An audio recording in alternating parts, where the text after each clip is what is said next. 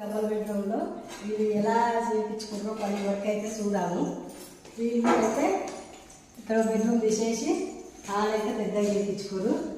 ఇదైతే ఒక బెడ్రూమ్ తీసేస్తే హాల్ పెద్దగా వచ్చింది. ఇక్కడ ఇది ఒక బెడ్రూమ్ అండి.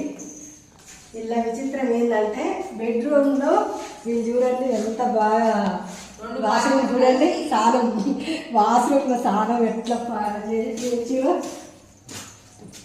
చూడండి. Double bedroom washroom, double bedroom washroom చేయించుకోరు.